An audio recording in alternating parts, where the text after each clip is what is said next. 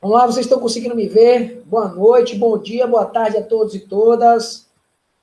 Mais uma videoaula aqui no nosso canal. Hoje a gente vai falar um pouquinho sobre esse importante assunto, né, que já está aí na tela para vocês verem, que se trata do equilíbrio, né, que se trata da normalidade, da quantidade de substâncias ácidas e substâncias alcalinas básicas dentro do fluxo sanguíneo, dentro do sangue, dentro dos tecidos corporais, tá? Nesse caso, a gente vai falar sobre equilíbrio ácido básico extracelular, que é o que é avaliado, que é o que tem grande impacto do ponto de vista de homeodinâmica, né, ou homeostase, como alguns chamam, que é a condição de desequilíbrio constante entre os meios intracelular e extracelular que garante a vida, tá? Então, quando eu falo de equilíbrio ácido básico, eu estou falando de uma balança bastante finamente controlada entre os compostos ácidos produzidos pelo meu corpo e compostos básicos produzidos pelo meu corpo.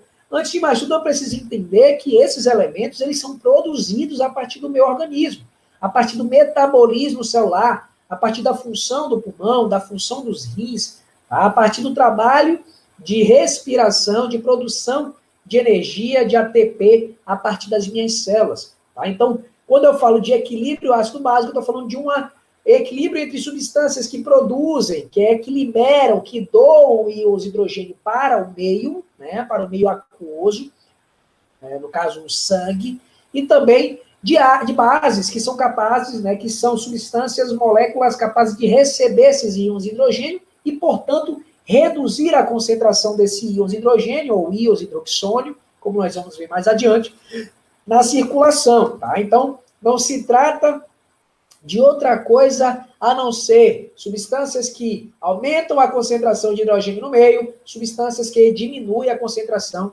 de hidrogênio no meio, tá? Então, portanto, o pH de forma sintética, ele foi criado para quantificar, para mostrar de uma forma logarítmica, né, de uma forma inversa, a sua concentração em relação a esse potencial hidrogeniônico. Inverso por quê?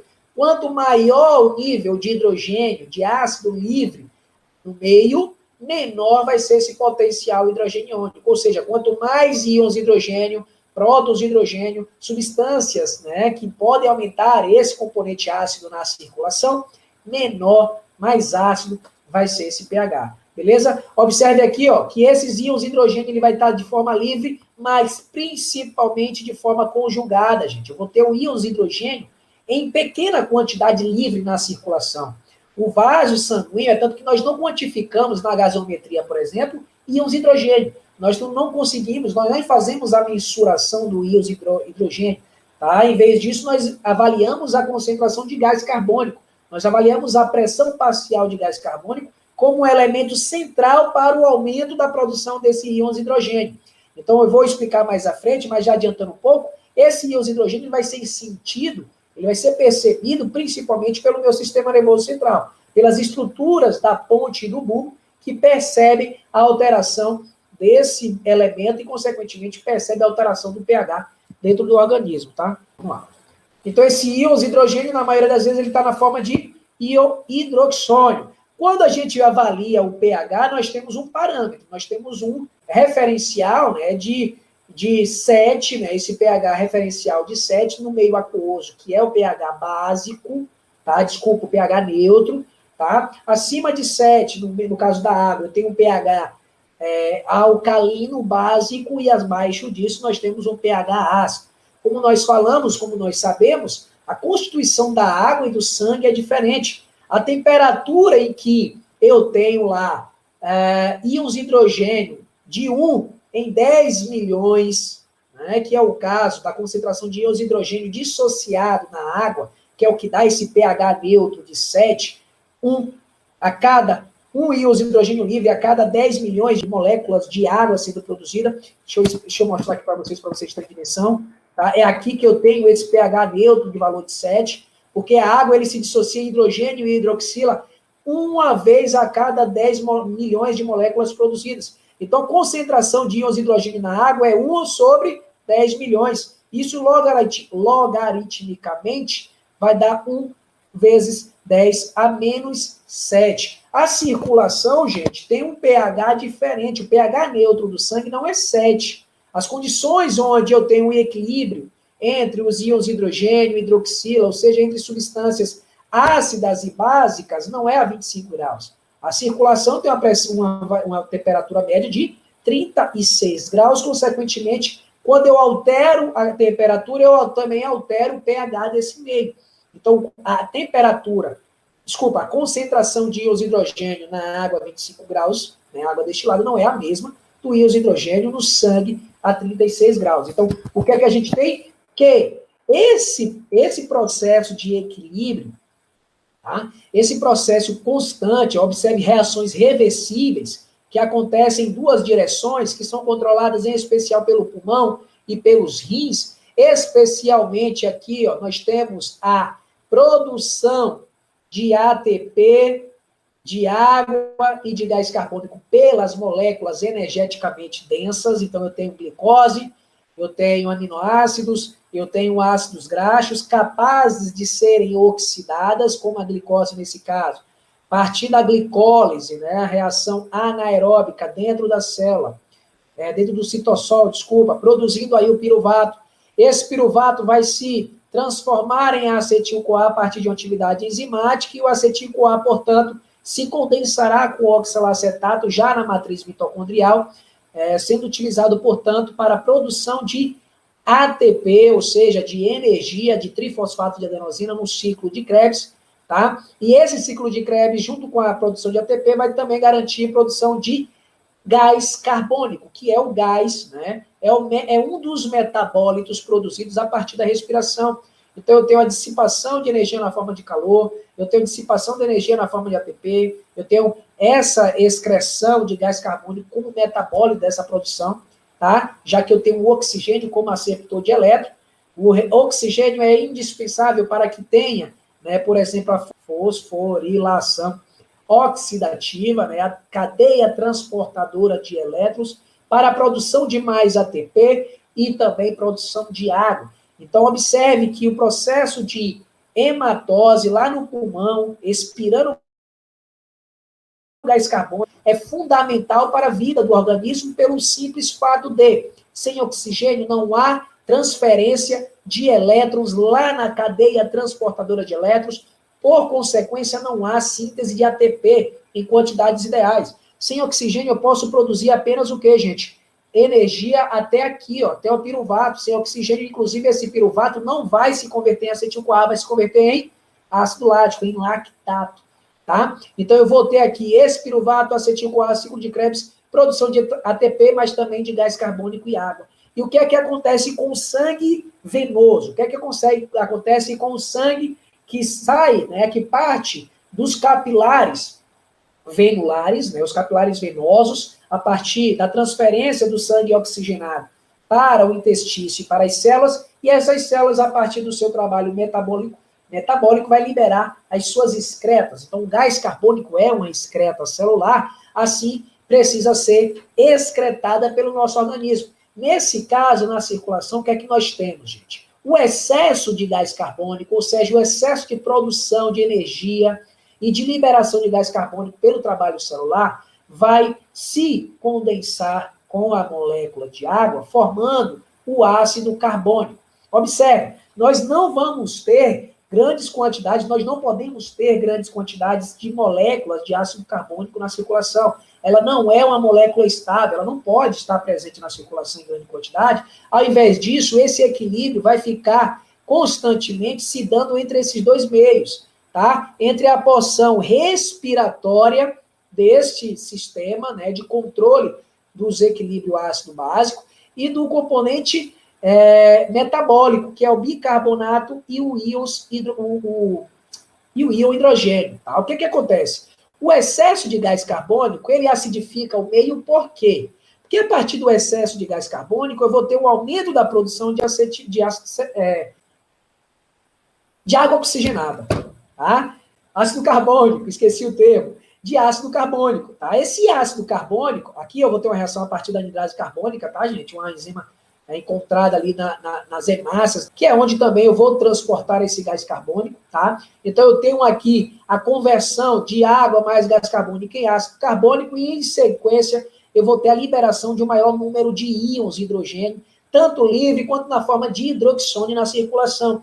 Então, de forma indireta, preste atenção, que como nós vamos ver mais adiante, não é o gás carbônico necessariamente que ativa os centros respiratórios, tá? Os centros bulbares, os centros pontinos, lá na ponte, no bulbo, no meu tronco encefálico, não é o gás carbônico, tá? A partir do gás carbônico eu vou ter o quê? O aumento da produção de íons de hidrogênio. E nós falamos que o potencial de hidrogênio, o potencial de hidrogênio iônico, o pH é o quê? Ele é medido a partir da concentração de íons de hidrogênio naquele meio. Então, se eu tenho muito hidrogênio, menor vai ser o pH. Se eu tenho muito hidrogênio no meio, mais ácido vai ser esse meio. Então, observe, se eu tenho muito gás carbônico sendo produzido, eu preciso transformar ele, eu vou transformar ele em íons de hidrogênio mais íons bicarbonato. Tá? Esses dois esquemas, né, que nós estamos aqui centralizando, um que é o esquema pulmonar respiratório do processo de produção de ácidos e bases, e o outro é responsável principalmente pelos rins, né? É de responsabilidade dos rins. Então, bicarbonato, os íons, não só, né? Não existe apenas um composto ácido, não é só o gás carbônico que promove o meio ácido. Eu tenho outros ácidos, assim como também não é só o bicarbonato, que é uma base que rouba esse hidrogênio, tá? Observe que se eu tenho também esses íons de hidrogênio em grande quantidade, o que é que eu vou fazer com esse hidrogênio livre?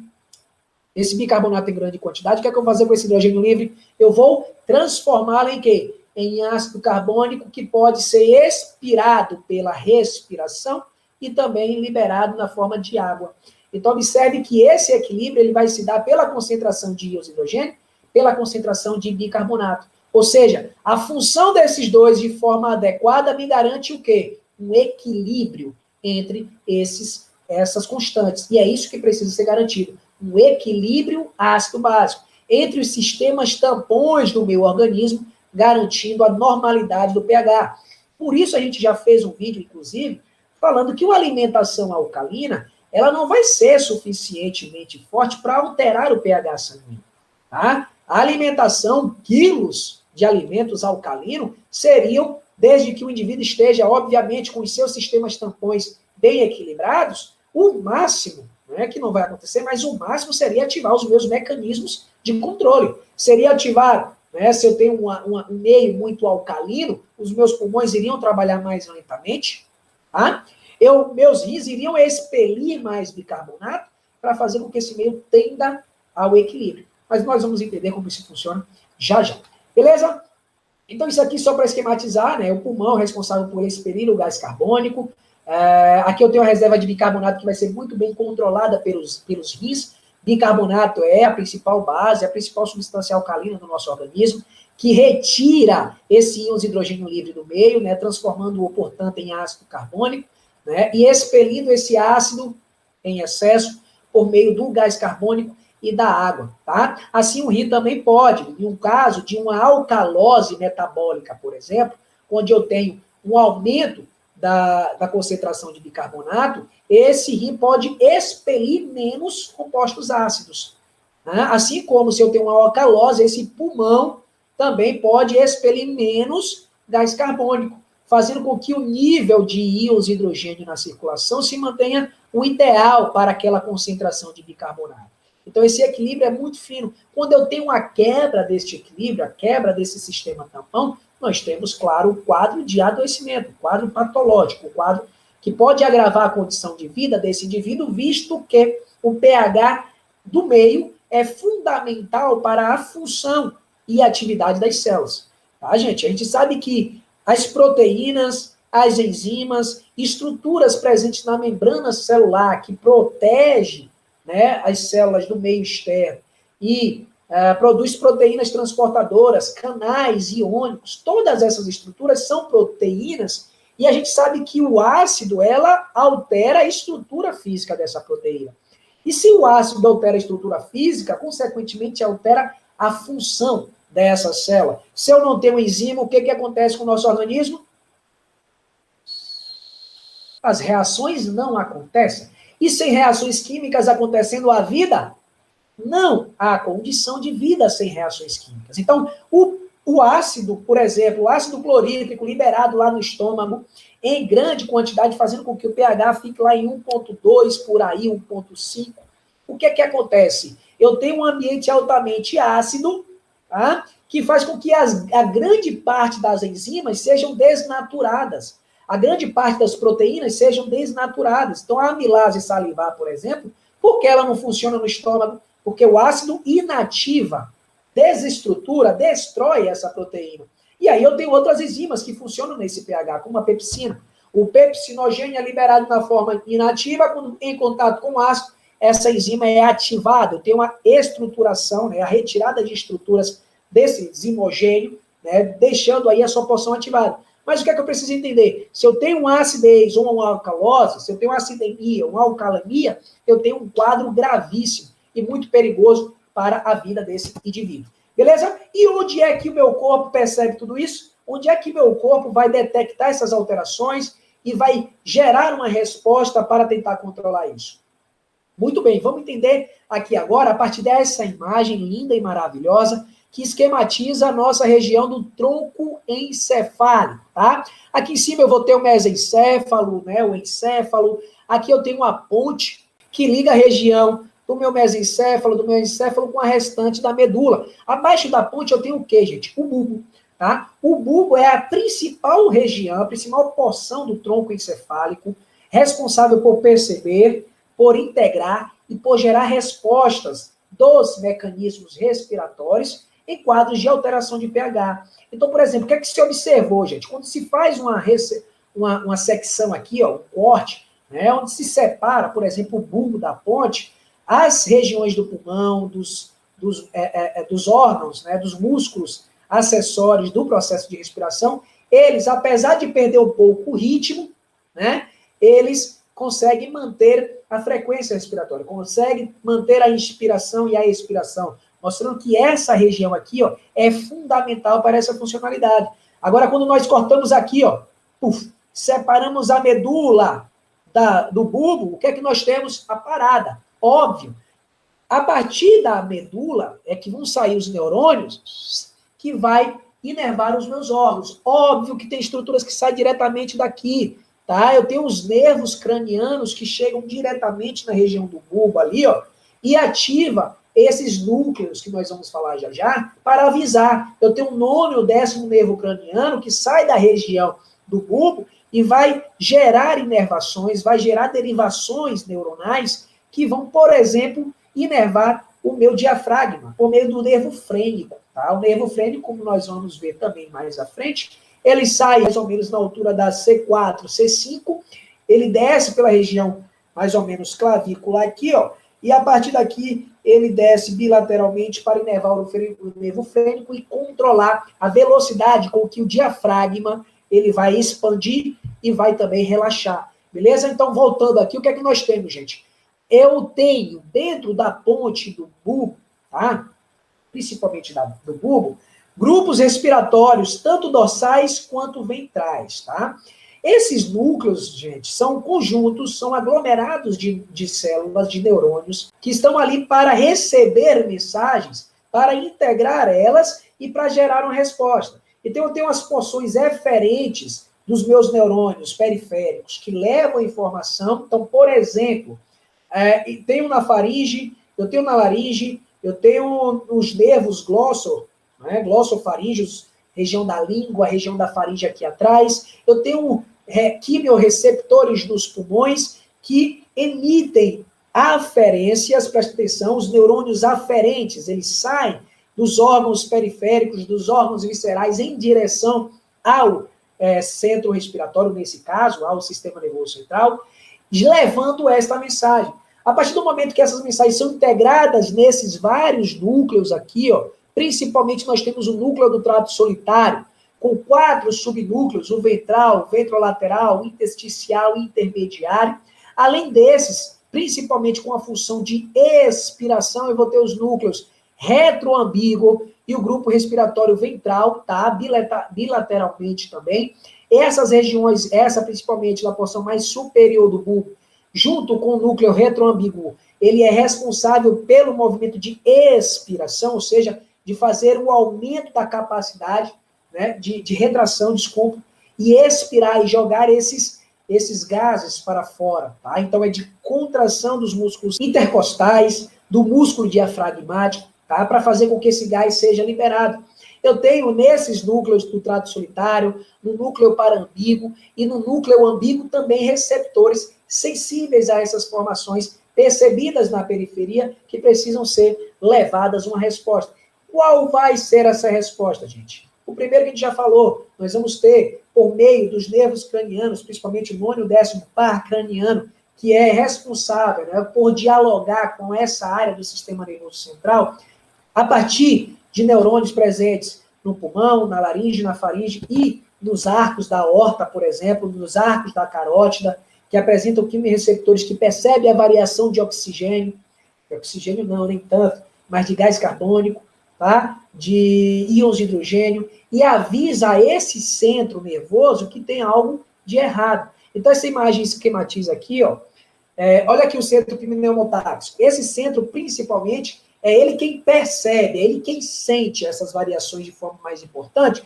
Então, o que é que eu tenho? Observe que o nervo vago, o nervo glossofaríngeo, os nervos presentes na artéria da carótida, na artéria aorta, eles emitem informações tanto para a porção dorsal quanto para a porção ventral, que, por sua vez, emite o que? As suas eferências. Emite os seus neurônios responsáveis por levar essa resposta até os órgãos efetores. Observe que essas são as vias motoras respiratórias, tá? Então, eu posso ter lesões nessas regiões, eu posso ter isquemias nessas regiões que comprometem os processos de respiração, de inspiração e expiração do indivíduo, a partir da ruptura da sequência dessa mensagem transmitida do meu bulbo para o meu tronco encefálico, para a minha medula, desculpa, e a partir da medula partir, ou diretamente a partir dos meus nervos, dos pares de nervos cranianos, beleza? Além disso, gente, o que é que nós temos aqui? Observe essa imagem, que deixa um pouquinho mais claro.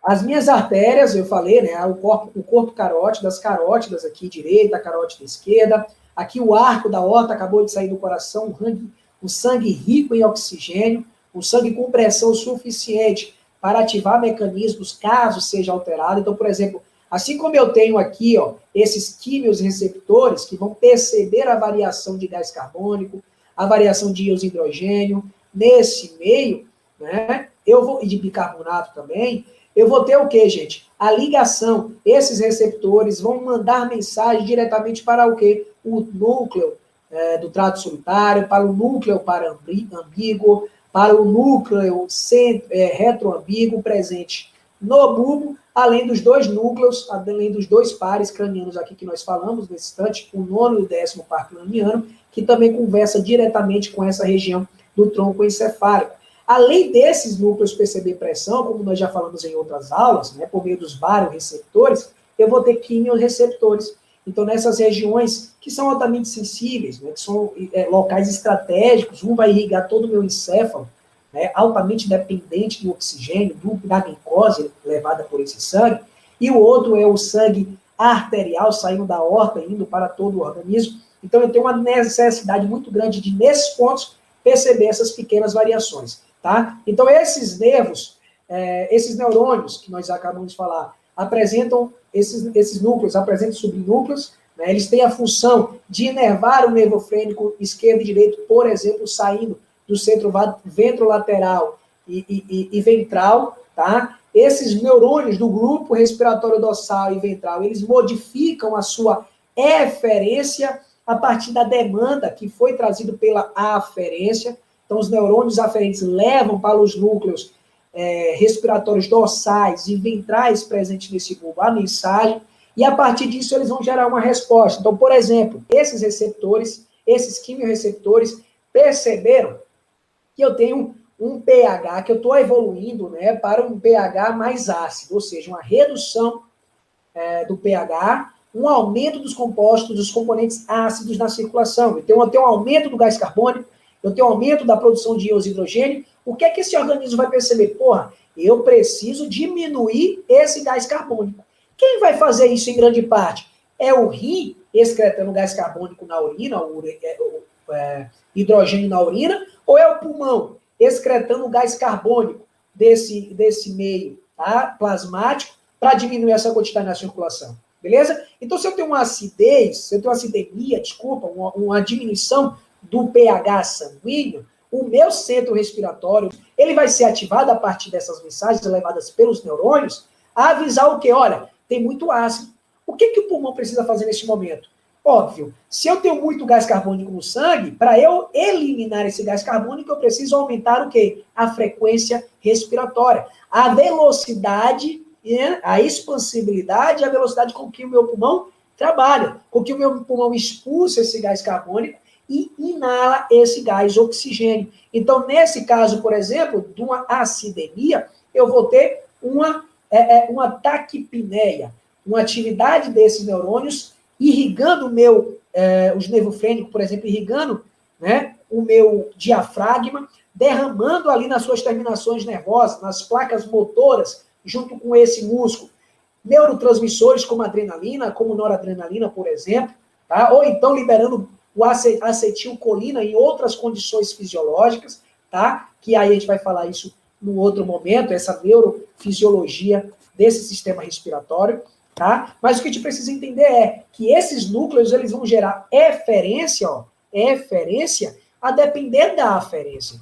O que a gente falou sobre o sistema, gente? O sistema tem uma entrada, eu tenho uma entrada que é uma mensagem inicial, que é chamada de input, né? Eu tenho esse sistema com os seus componentes, com as suas leis, com os seus integrantes, que vão integrar, que vão interpretar a mensagem levada, e eu vou ter uma saída, uma resposta. Então, a resposta para um meio ácido é aumentar, no caso do pulmão, a frequência respiratória. Por quê? O aumento de gás carbônico na respiração vai aumentar a produção de ácido.